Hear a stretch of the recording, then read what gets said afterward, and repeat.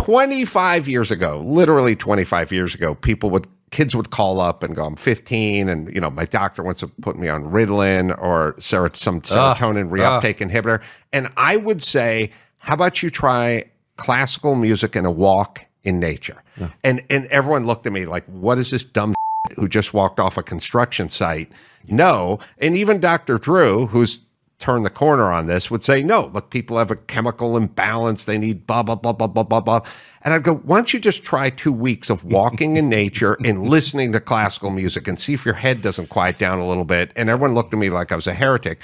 Now, of course, that's what they recommend is as powerful as therapeutics or more so. But it made me worry for kids. I mean, kids and what they're dealing with today, and TikTok and noise and pharmaceuticals and a never-ending crawl on the bottom of every screen they're watching, their wristwatch, their phone, the big jumbotron at home. It's no wonder they're all going insane. Well, the pharmaceuticals are the biggest threat in my view. I mean, there's no doubt that there's way too much noise, too many distractions, too many of them are intentional distractions. In other words, forms of manipulation. I mean, there are a lot of dark things going on, but putting chemicals into your brain that rearrange your brain chemistry, while maybe a good idea in some rare number of cases, is insane. And just like macro level, think about it. Let's say, for example, anxiety, which is something that every person feels at one time or another, which is a synonym for fear. Anxiety. And so the first response of your doctor, your healthcare provider, is to prescribe you something to make it go away, a benzodiazepine, Xanax, or some other.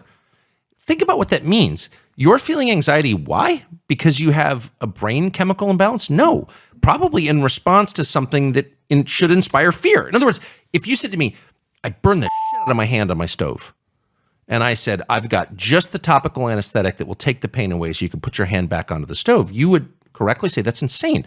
My hand hurts because it's a sign from my body telling me to keep my hand off the stove.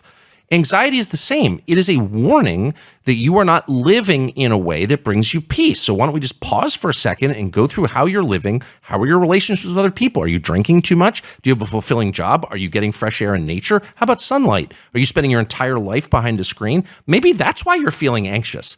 None of those factors are ever addressed. Those are the core factors. It is a warning sign. If you're having panic attacks, which many people have had, I have had, that is a sign that you need to reassess how you are living.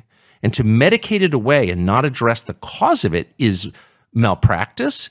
And given what we know now about the side effects of benzos and of all these other SSRIs, all the amphetamines that we hand people in the name of curing attention deficit disorder, all of that, given the downsides of those drugs, in some cases the fatal downsides, it's a crime. It's actually a crime. And I'm sure you know at this stage people who are addicted to pharmaceuticals prescribed faithfully by their doctors who never check in to see how the patient is doing. They just keep writing these scripts.